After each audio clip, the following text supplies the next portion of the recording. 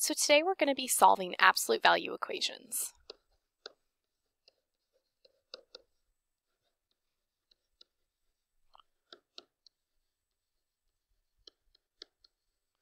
So as always, please write what I write because I want you to have this in your notebook so that we're ready to go when we come into class next time. So when you're solving an absolute value equation, so it's an equation that has some sort of absolute value sign in it. So there's an example of one. So there are 4 steps we need to make sure we're doing. So step 1 is make sure the absolute value expression is isolated. So absolute value expression is isolated. And what do I mean by isolated? I mean the absolute value expression is by itself. So notice right here we have an absolute value expression. There's no like +2, there's no ×3, none of that's there. It's by itself. All right.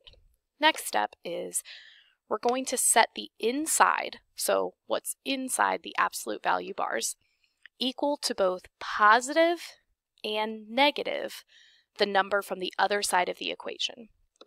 So set inside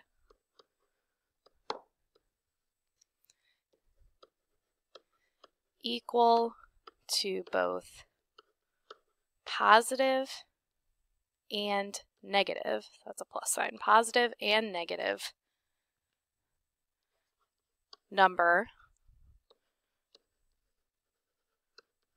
from the other side of the equation.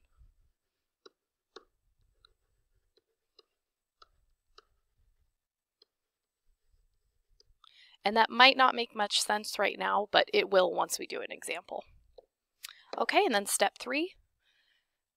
When you're setting the inside both to the positive and the negative number, you're actually creating 2 equations. So you need to solve both equations.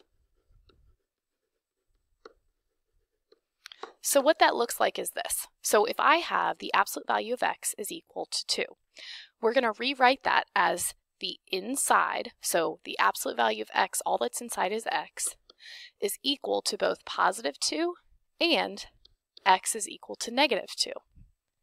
Now, we actually don't need to do anything else to solve, so these are our 2 answers. Finally, once we get our 2 answers, once we solve, we're going to write our answer as a solution set looking like this. Write your answer as a solution set. And we call it a solution set because it's not just one answer. In this first example, we see that x is 2 and it's equal to negative 2. There are 2 solutions.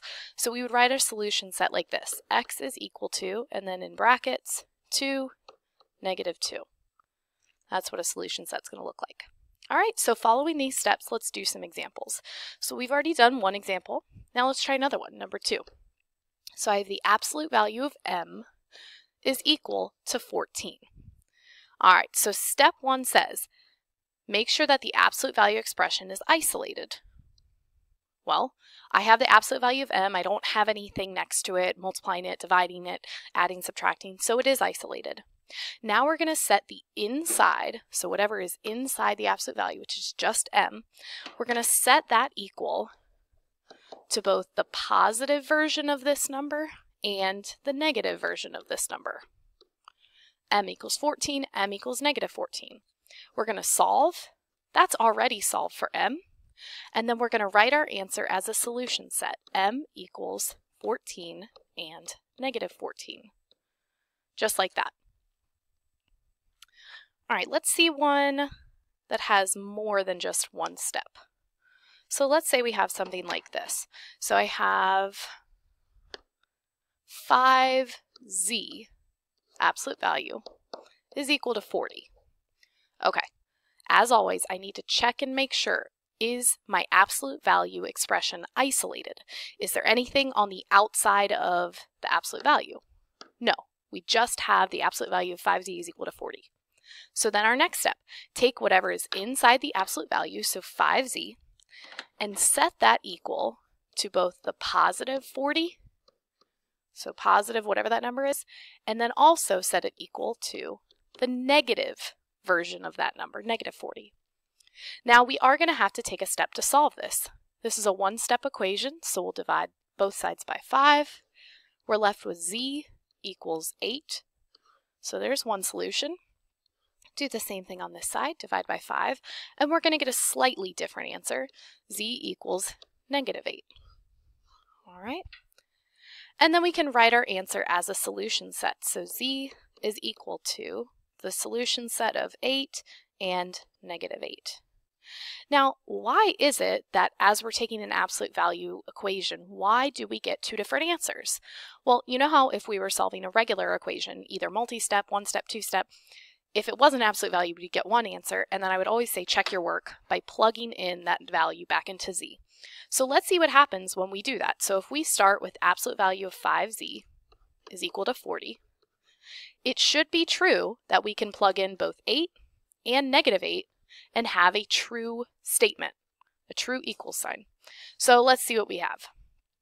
Let's take 5 times 8, absolute value is equal to 40.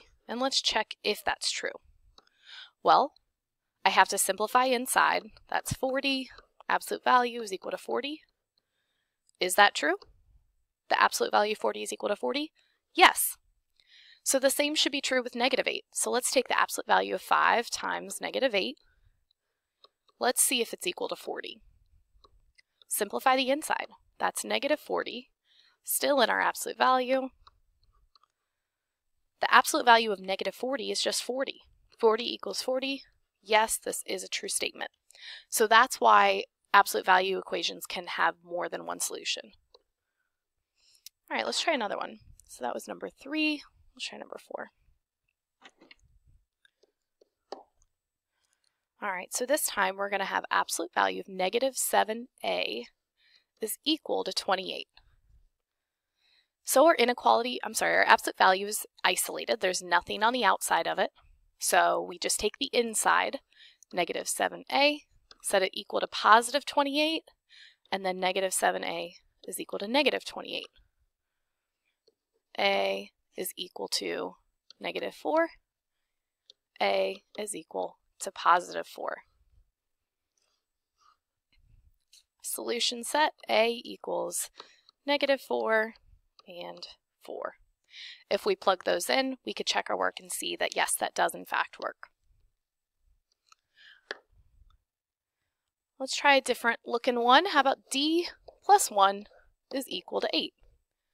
Is our absolute value expression isolated? Is there anything on the outside of the absolute value expression on the left side? No, it's isolated, so we're good to go to step 2, which is take whatever's inside, D plus 1, set it equal to positive 8, and set it equal to -8. Subtract 1, D is equal to 7.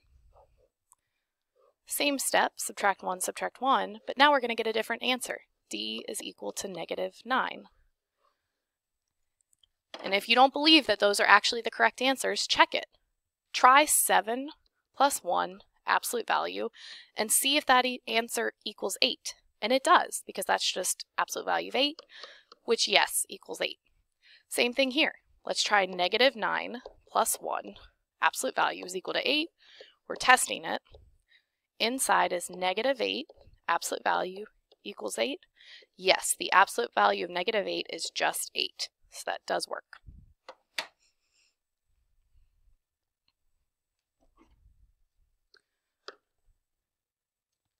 All right, we'll try a two-step equation. So we have 4n plus 2, absolute value is equal to 34.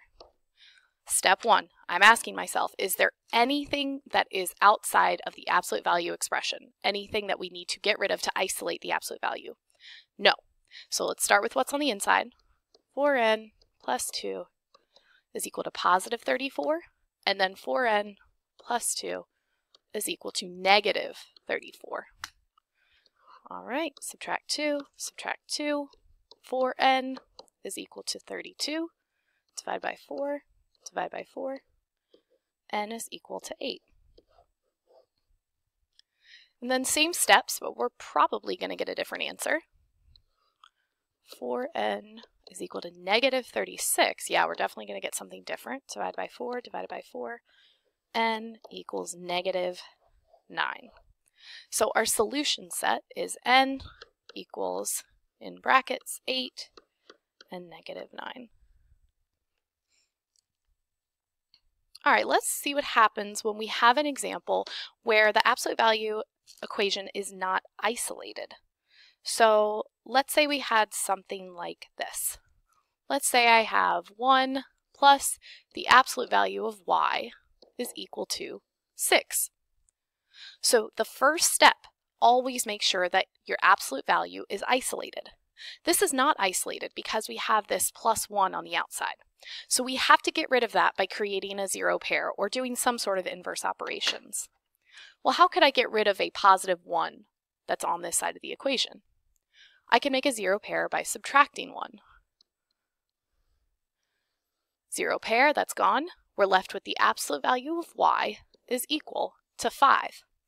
Now our absolute value is isolated, and we can take whatever's inside the absolute value symbols, which is just y, and we can solve the equation of it equal to positive 5, and then y equal to negative 5. And those are both correct. Our solution set is y is equal to 5 and negative 5. And we could plug that in to test it. 1 plus 5 absolute value is equal to 6. That's just 1 plus 5 is equal to 6. We could try 1 plus absolute value of negative 5 equals 6. 1 plus 5 is equal to 6.